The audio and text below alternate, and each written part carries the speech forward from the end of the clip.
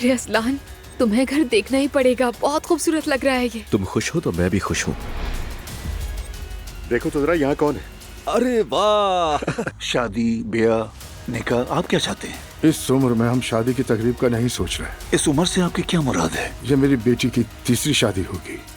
Azlan और दुआ की शादी की तकरीब जैसी कोई चीज है। मैं जा रही हूँ, तुम भी साथ चलो। एक मामूली फ्लैट की कीमत देखकर तुम पीछे हट गए। जरा अपने भाई को देखो, उसने अपनी बीवी को महल लेकर दिया है। मुस्तफा, बस इसी की कमी थी। या मेरे अल्लाह के कपड़े तो देखें जरा।